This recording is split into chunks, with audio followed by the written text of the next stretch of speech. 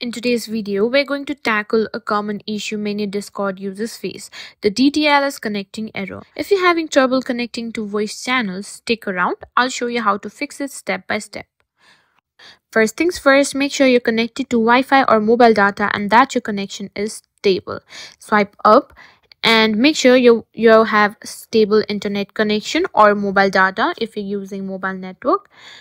Next, what you can do is try restarting the Discord, close the app completely and then reopen it. Sometimes a fresh start can resolve connection issues.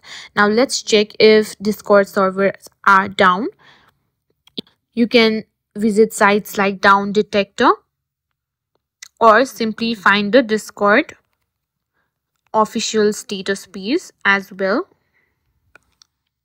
If there are any outages affecting service, if there are, you may just need to wait it out like this. You can check it off your API.